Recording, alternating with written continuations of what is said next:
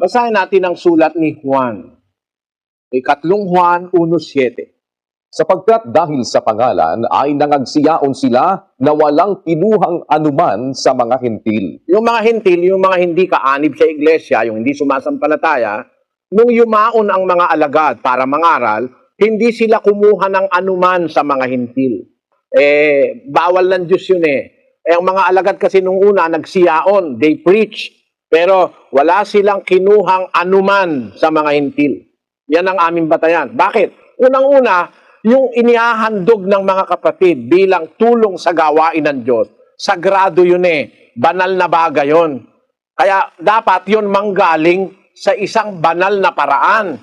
Yung pera o yung tulong na itutulong, galing sa tamang paraan. Kung hindi ka kapatid, hindi mo naman alam ang doktrina, baka mamaya ibibigay mo galing sa sabong o kaya pinalalunan mo sa loto. Bawal ng Diyos yun. Pakinggan mo sa Kawikaan sa 15:8.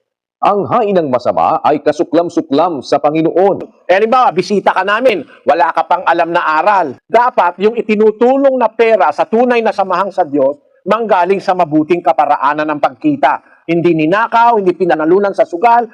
Yon. Kaya yun ang dahilan, ang mga alagad, ang mga apostol nung una, hindi tumatanggap sa mga hintil ng kahit anuman. Ganon din ang aming ginagawa.